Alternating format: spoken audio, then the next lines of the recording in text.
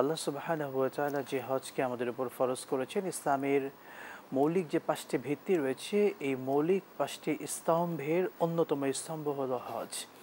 সে হজ কি, কেন, কাদের উপর এটা ফরজ করা হয়েছে, কিভাবে আদায় করতে হবে, সার্বিক বিষয়ে আজকে আমরা আলোচনা করবো ইনশাআল্লাহ তাআলা। শেখ, চলে যাচ্ছি আমরা মূল টপিকে, আপনার কাছে। হজ হজ মূলত কি? হজের সংক্ষেপ পরিচয় দর্শকদের কি বলবেন? আলহামদুলিল্লাহ রাব্বিল আলামিন ওয়া আকিবাতুল লিল মুত্তাকিন ওয়াসসালাতু ওয়াসসালামু আলা রাসূলিহিল কারীম ওয়া আলিহি ওয়া সাহবিহি আজমাইন। আপনাকে মোবারকবাদ জানাচ্ছি। অত্যন্ত গুরুত্বপূর্ণ এবং বাস্তবসম্মত, এবং আমাদের সামনে হজের মাস অলরেডি সামনে, একদম কাছাকাছি। হজের ফ্লাইট অলরেডি শুরু হয়ে গিয়েছে। অত্যন্ত চমৎকার একটি বিষয় আপনি আনয়ন করেছেন, আপনাকে মোবারকবাদ জানাচ্ছি। হজ শব্দের শাব্দিক যে বিশ্লেষণ করা হয়েছে, আল কাসদু আল ইরাদাতু আল জিয়ারাতু আল জিয়ারাতুল অজি তাজিব, to wish, to meet for আল্লাহ সুবহানাহু ওয়া তাআলা, অর্থাৎ আল্লাহ রাব্বুল আলামিনের রাজি খুশির জন্য বান্দাকে বিশেষভাবে বিশেষ কিছু কার্য সম্পাদন করা।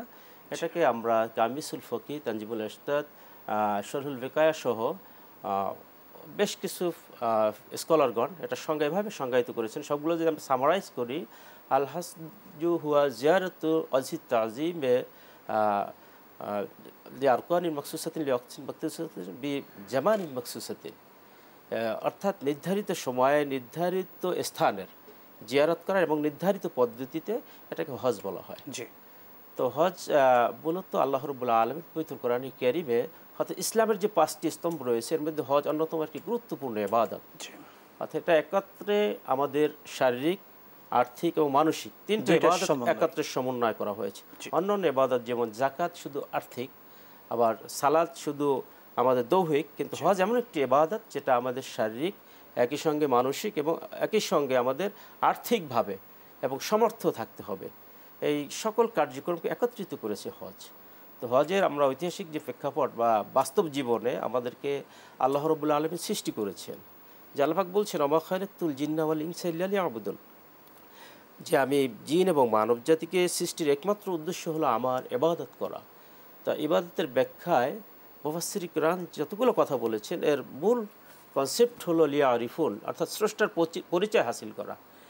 তো আমরা আল্লাহ রাব্বুল আলামিন আমাদেরকে সৃষ্টি করে যখন পৃথিবীতে পাঠালেন, আমরা আল্লাহ পাককে বিভিন্নভাবে ভুলে যাচ্ছি। তো এই জন্য আল্লাহ রাব্বুল আলামিন বিভিন্ন মেসেঞ্জার, অর্থাৎ সাহাবায়ে কেরাম সহ নবী আলাইহিমুস সালামদের যতগুলো ধারা রয়েছে, সকল ধারায় আমাদেরকে পৃথিবীতে আল্লাহ রাব্বুল আলামিন হাদি পাঠিয়েছেন এবং আমাদেরকে মেসেঞ্জার পাঠিয়েছেন। এর উদ্দেশ্য কি? যাতে করে আমরা আল্লাহ পাকের গাইডলাইনটিকে ভুলে না যাই। বারবার যখন ভুলে যাচ্ছি, আল্লাহ রাব্বুল আলামিন তখন বিভিন্ন নবীদেরকে দিয়ে আমাদেরকে হেদায়েতের জন্য ডেকেছেন। তো আল্লাহ রাব্বুল আলামিন আমাদেরকে দৈনন্দিন 5 বার আমাদেরকে ডাকছেন যাতে আল্লাহ পাককে ভুলে না যাই, এবং বিশেষ পদ্ধতিতে আমরা আল্লাহর ইবাদত করছি।